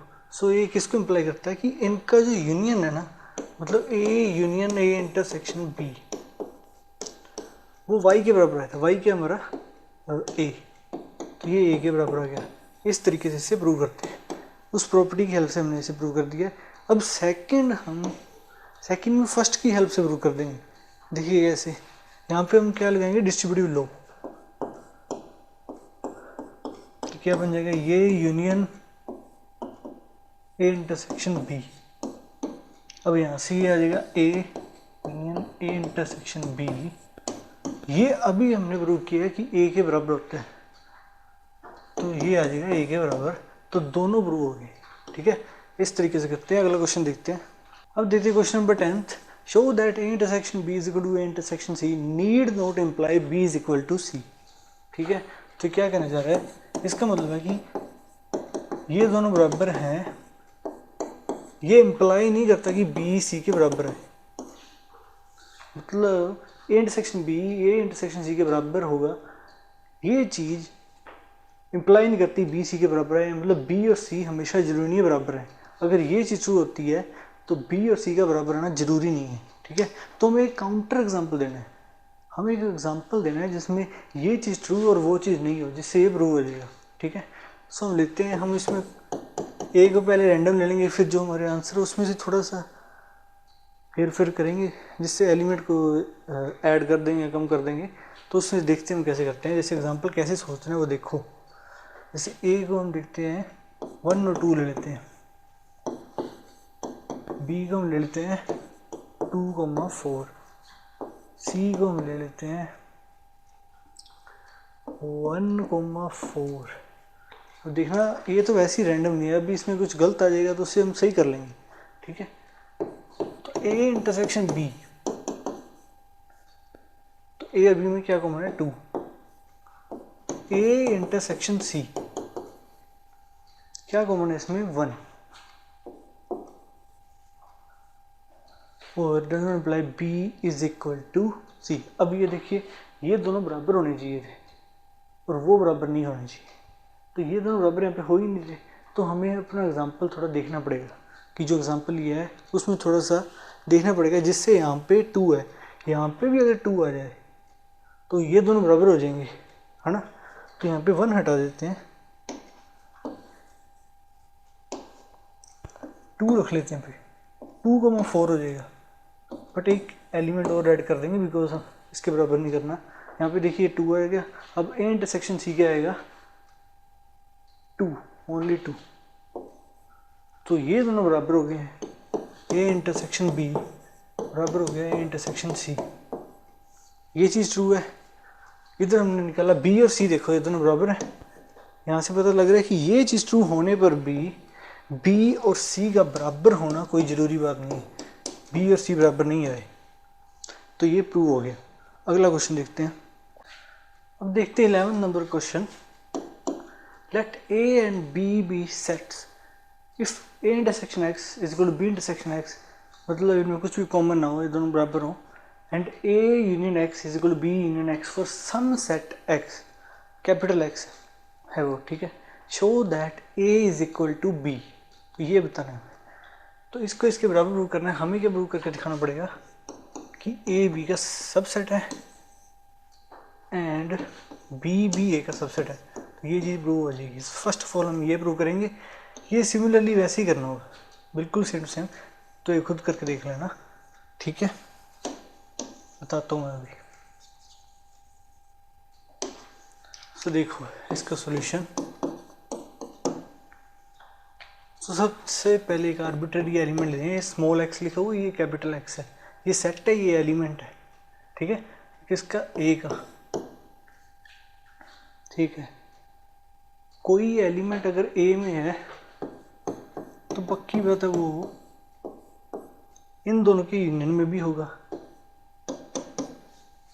क्योंकि एक्स बिलोंग्स टू ए और एक्स बिलोंग्स, मतलब अगर ए में है किसी न किसी एक में भी होगा इसमें से, तो वो यूनियन में आता है। ठीक है, अब ए यूनियन एक्स हमें बी यूनियन एक्स के बराबर दे रखे हैं, तो अगर ये इसका एलिमेंट है तो इसका एलिमेंट भी होगा, क्योंकि वो दोनों बराबर हैं। ठीक है, अब इसमें देखो इसकी डेफिनेशन लगाओ यूनियन की, कि एक्स बी में होगा या कैपिटल एक्स सेट में होगा। अब इसमें दो केस बनेंगे। ठीक है, पहला मान लो अगर x बिलोंग्स टू b होता है तो ये वाली साइड प्रूव हो ही चुकी है कि x a को बिलोंग करता है, वही x b को बिलोंग करता है। इट मीन्स a b का क्या है, सबसेट है। अगर ये होगा तो तो देखते हैं। तो देखो x a को बिलोंग करता है, कैपिटल X में भी है, दोनों में है, तो वो इनके इंटरसेक्शन में भी होगा। और इंटरसेक्शन में तो कोई एलिमेंट है ही नहीं, इन्होंने कहा a और x में कुछ भी कॉमन नहीं है, ये जो इंटरसेक्शन है ये फाई के बराबर है, मतलब इसमें कोई भी एलिमेंट नहीं है। और यहाँ पे हमने शो कर दिया कि x इसका पार्ट है, x इसमें बिलोंग करता है, इसका एलिमेंट है। तो ये तो है, मतलब हमने जो अजम्पशन लिया वो गलत है, ये तो कॉन्ट्रडिक्शन है। तो ये चीज़ नहीं हो सकती, मतलब यही चीज़ होगी, इट मीन्स ए बी का सबसेट हुआ। अब दूसरी साइड सेम टू सेम ऐसे ही करना है जिससे प्रूव हो जाएगा बी ए का सबसेट है। इन दोनों से हम कह सकेंगे कि ए बराबर बी है। अगला क्वेश्चन देखते हैं। अब देखते हैं question number 12। Find sets A B C such that A intersection B, B intersection C and A intersection C are non empty sets and A intersection B intersection C is equal to 5। तो ये prove करना है, हमें क्या बताना है, A B और सी का कोई सेट बताना है, ये तीनों सेट बताने हैं जिसमें इनका कोई भी दो का इंटरसेक्शन, जितने भी कॉम्बिनेशन होते हैं वो सारे नॉन एम्प्टी आए, मतलब एक ना एक एलिमेंट जरूर आना चाहिए, और इनके तीनों के इंटरसेक्शन में कोई भी ना आए, ऐसा कोई एग्जांपल बताओ। ठीक है, तुम बता देते हैं। अभी देखिए कैसे निकले हैं, तो कितनी सेट निकल सकते हैं इसमें। ठीक है, तो एक एग्जांपल दे देंगे जिससे, ठीक है, हम निकाल दिए ये। तो देखो ए बराबर क्या लें जिससे ए इंटरसेक्शन बी, ये तीनों में कोई ना कोई एक एलिमेंट आ जाए। 1,2 ले लेते हैं। फिर बी में क्या लें जिससे ए और बी में भी कुछ कॉमन, ए इंटरसेक्शन बी में कुछ कॉमन आ जाए, मतलब ए और बी में कुछ कॉमन आ जाए। तो ऐसा हम देख सकते हैं 2,3 ले लेते हैं जिससे ए और बी में 2 कॉमन आ जाएगा। और बी और सी इनमें भी कुछ कॉमन चाहिए, साथ में ए के साथ भी चाहिए। तो ए का कोई एक एलिमेंट ले लो 1, इसका कोई एक एलिमेंट ले लेते हैं हम 3। ठीक है, पर तीनों में कॉमन कोई नहीं आना चाहिए। तो देखो अब ये एग्जांपल सही है या गलत है। ए इंटरसेक्शन बी 2 आ जाएगा, बी इंटरसेक्शन सी, बी और सी का 3 आ जाएगा, ए इंटरसेक्शन सी, इनमें क्या कॉमन है 1। तो ये तो नॉन एम्प्टी हो गए। ठीक है, यही दिखाना था हमें, ये तो नॉन एम्प्टी प्रूव कर दिया हमने, बता दिए। अब देखो A intersection B intersection C, तो इसको कैसे कर सकते हैं, एसोसिएटिव लॉ, बिकॉज इसमें वैलिड है तो हम किसी की ग्रुपिंग कर सकते हैं। मतलब पहले इसको निकाल लेते हैं। ए इंटरसेक्शन बी हमें पता है कि 2 आएगा,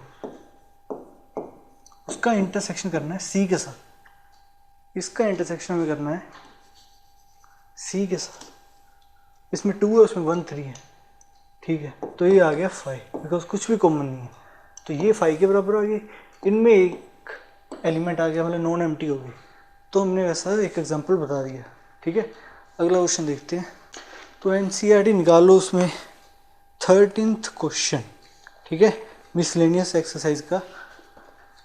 ये मेरे ख्याल से थोड़ा सा अभी सिलेबस में चेंज हुआ है, तो उसमें ये क्वेश्चन शायद नहीं है, बट ये मैं करवाऊँगा आपको क्वेश्चन। मैं क्वेश्चन बोल देता हूँ, वो लिख लेना अगर किसी की एनसीईआरटी में नहीं है, तो करने से मतलब हमारी कंसेप्ट मजबूत होंगे। ठीक है, 13 देखते हैं। In a survey of 600 students in a school. ठीक है, तो इसमें से जो जो इम्पोर्टेंट बातें हम लिखते चलेंगे यहाँ पे। ठीक है, 600 स्टूडेंट्स हैं स्कूल में।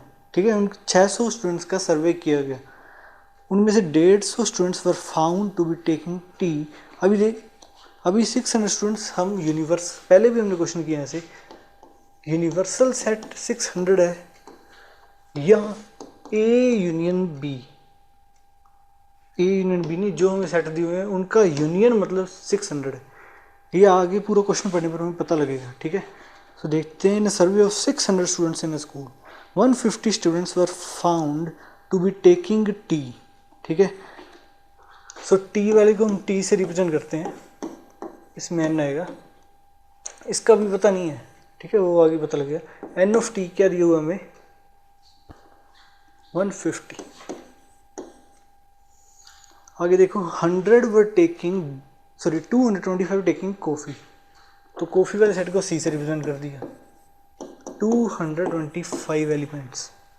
आगे दिए हुए है 100 were taking both T and coffee, both को कैसे रिप्रेजेंट करेंगे, टी इंटरसेक्शन सी, तो कितने हैं वो 100।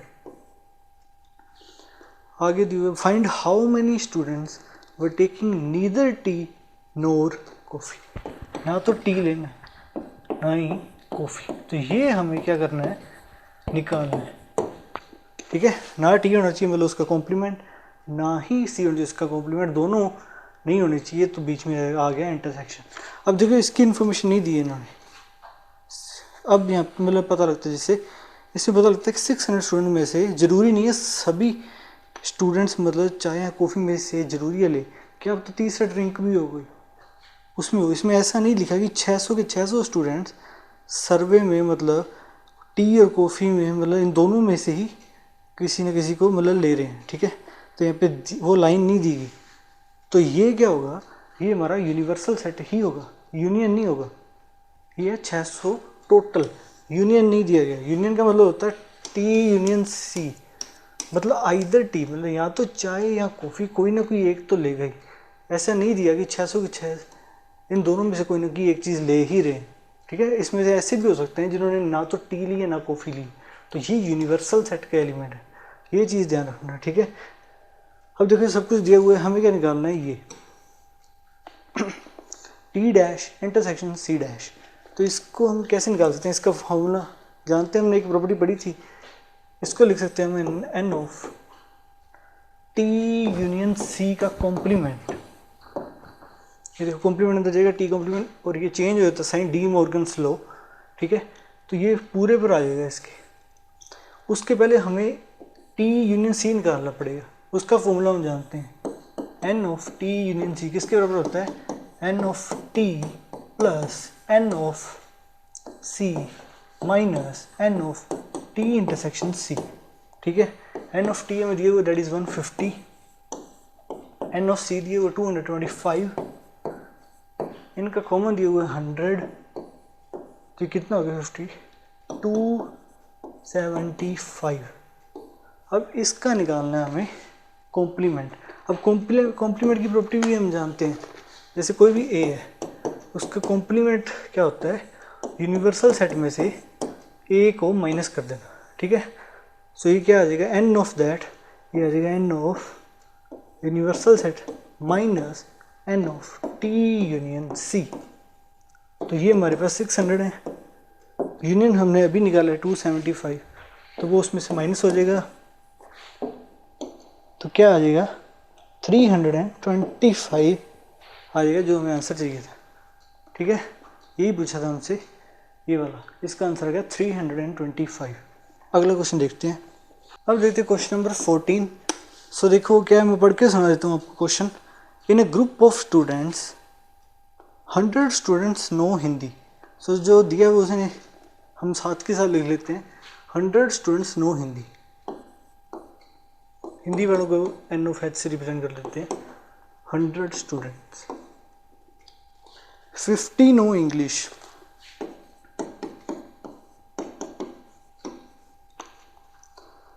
and 25 know both H intersection E।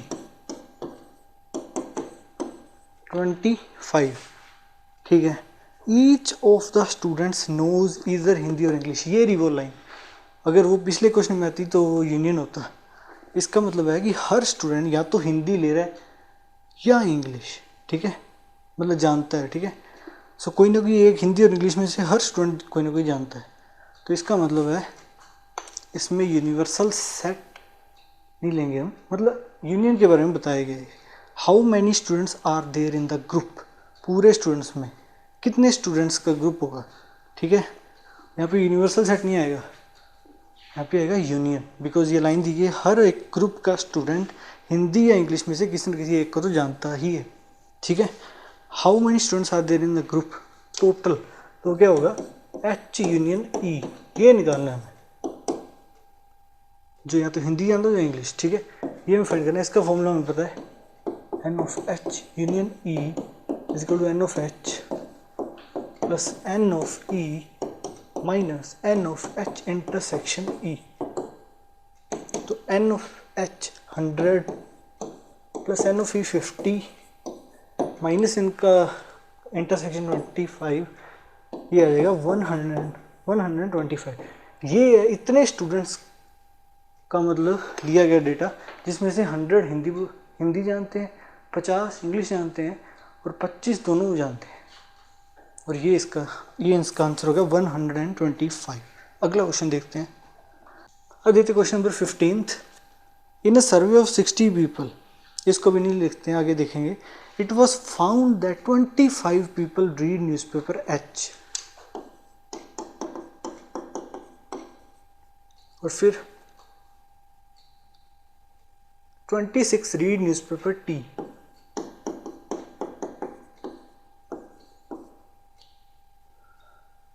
Twenty-six read newspaper I.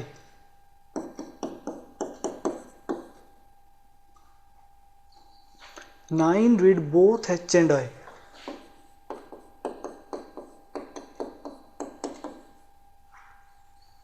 11 read both H and T.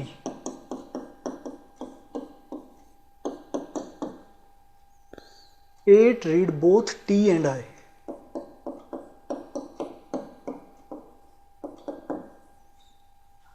3 read all 3 newspapers. तो उसको कैसे लिखेंगे, इनके इंटरसेक्शन, तीनों का इंटरसेक्शन।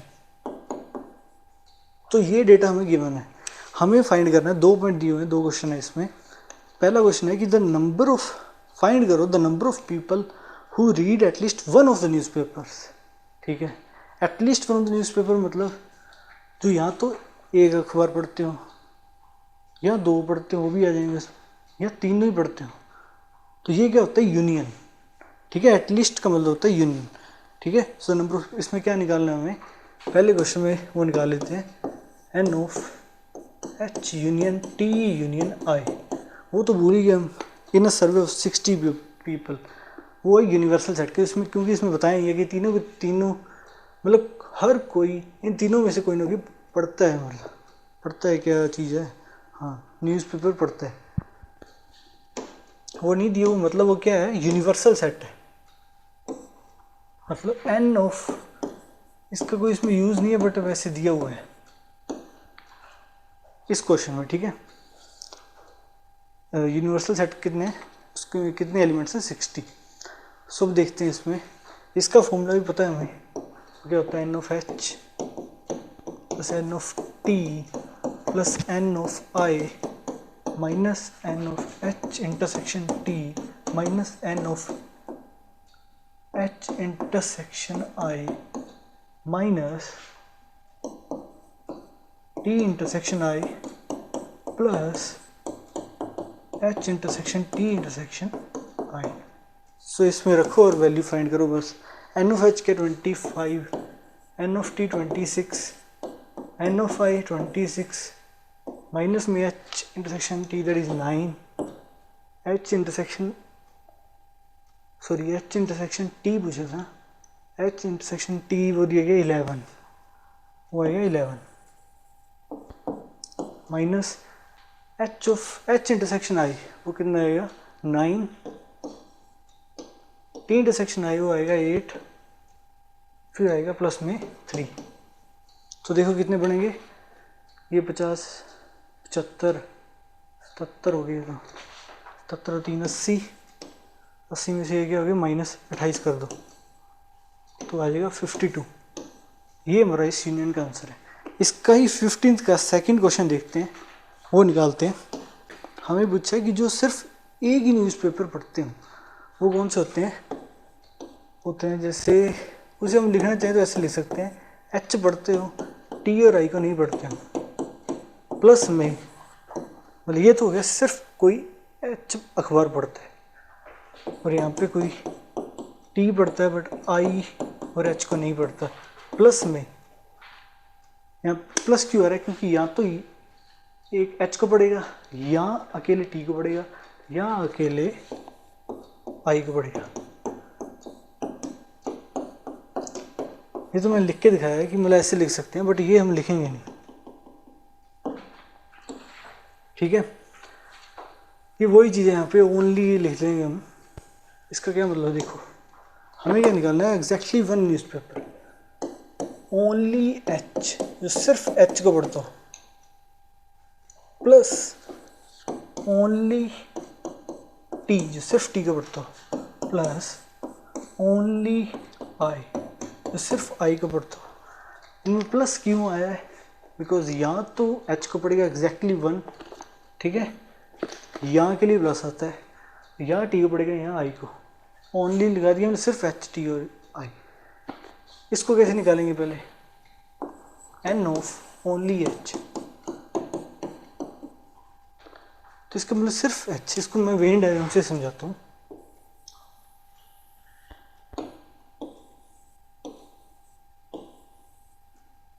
एक है एच, एक है टी, एक है आई।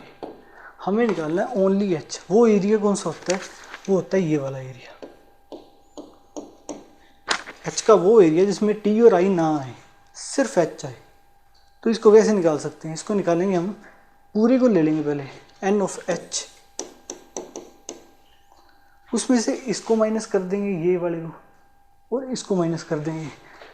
वो कौन सा एरिया है, वो है एच इंटरसेक्शन टी माइनस में n of H intersection I. But हमने इस चीज़ को 2 बार डिलीट कर दिया, तो इसको एक बार ऐड भी करना पड़ेगा, दैट इज प्लस, वो क्या, तीनों का इंटरसेक्शन। सिमिलरली हम इनके भी निकाल सकते हैं, जैसे एच का निकाला है वैसे ही टी का निकल जाएगा, उसमें ये वाले दोनों डिलीट करने पड़ेंगे, फिर इसे ऐड करना पड़ेगा, फिर इसमें भी निकल जाएगा। तो एक मैंने बता दिया है, दूसरे खुद करके देखना। So n of h 25 minus N of H intersection t that is 11 minus N of H intersection i क्योंकि 9 है, प्लस में आ जाएगा 3। तो ये कितने बन रहे हैं, देखो 20 माइनस हो गया 5, 3, 8, इसकी वैल्यू आई 8। अब अगले की मैं निकाल के सीधी निकाल रहा हूँ, अब ऐसे ही ये करके देखना है इसको।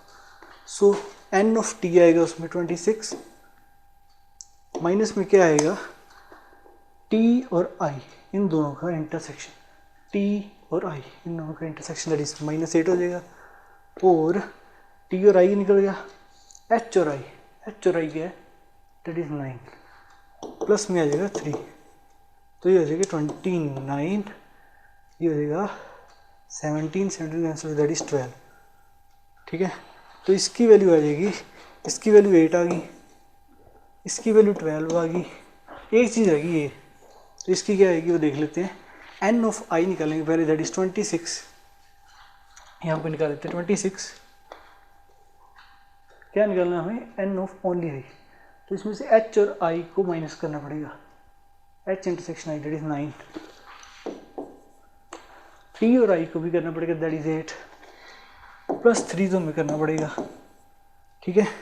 तो ये कितने हो गए, 29, वही हो गए 12 भी हो गए, तो इसकी वैल्यू भी 12 आ गई, तीनों को ऐड कर दो, 12 12 24, 24 और 8 32, तो इसका आंसर है 32। देखिए अगले क्वेश्चन में जाने से पहले यहाँ पे एक गलती कर दी हमने कैलकुलेशन में, शायद देखिए ये तो 8 ही है, इसमें गलती की है हमने कोई, ठीक है। वो देखते हैं, दोबारा से निकाल के देख लेते हैं। एन ऑफ ओनली टी वो कितना आएगा, n of T that is 26, उसमें से क्या माइनस करना पड़ेगा हमें, इसका निकालना, दैट इज एच और टी का इंटरसेक्शन दैट इज 11, यहाँ पे गलती हुई है, ये हो गया, और इन दोनों का टी और आई का दैट इज 8 प्लस में 3, तो ये कितने हो जाएंगे, 29 में से 19 निकालेंगे, वो क्या हो जाएगा 10, और तो सही था। सो 8 + 10 + 12 वो कितने हो जाएंगे 30, तो हमारा आंसर क्या आएगा 32 नहीं 30 आंसर आएगा, ये देख लेना, ठीक है। अब देखते हैं 16th क्वेश्चन जो कि लास्ट क्वेश्चन है मिसलेनियस एक्सरसाइज का। In a survey it was found that 21 people liked product a, ठीक है, वो लिखते जाते हैं साथ साथ। ए प्रोडक्ट को कितने लाइक करते हैं, that is 21, 26 liked product B and 29 liked product C. ठीक है, if 14 people liked products A and B, दोनों A intersection B, 14 people, ठीक है, 12 people liked products C and A.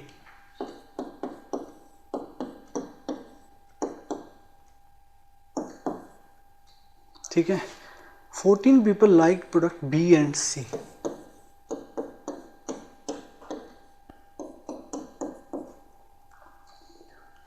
And 8 liked all the 3 products.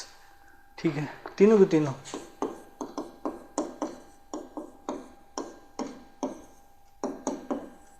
देखिए आगे निकालने से पहले यहाँ पे देखिए, ये यहाँ पे गलत लिख दिया है.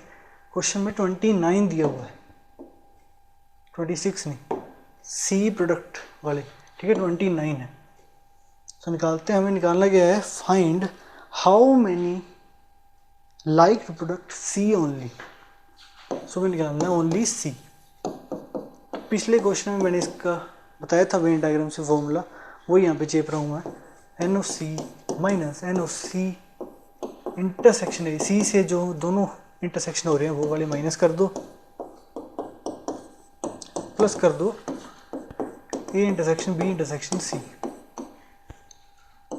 तो देखिए NOC that is 29 minus 12 minus 14 intersection में क्या कहते हैं कॉम्यूटेटिव प्रॉपर्टी पाई जाती है. तो NOC इंटरसेक्शन B लिखो, बोले B इंटरसेक्शन C लिखो, एक ही चीज़ है. प्लस 8 आ जाएगा, तो एक माइनस 26 3 11. तो 11 आपका 16th क्वेश्चन का आंसर हो जाएगा. So thank you for watching this video. आज का लेक्चर यही खत्म होता है. आज के लेक्चर में ढेर सारे हमने क्वेश्चन किए, मिसलेनियस एग्जाम्पल्स, देन हमने मिसलेनियस एक्सरसाइज की चैप्टर नंबर 1 सेट की. ठीक है, आपके NCERT के ऑर्डर के हिसाब से. अगर ये वीडियो आपको अच्छी लगी हो तो लाइक शेयर कर देना और चैनल को सब्सक्राइब कर लेना. बहुत ही अमेजिंग लेक्चर्स आने वाले हैं, बहुत ही डिटेल में सभी चैप्टर्स में आपको पढ़ाऊँगा जो मैंने ऑर्डर बताया हुआ है. ठीक है, सो नोटिफिकेशन घंटी भी दबा देना. तब तक के लिए बाय.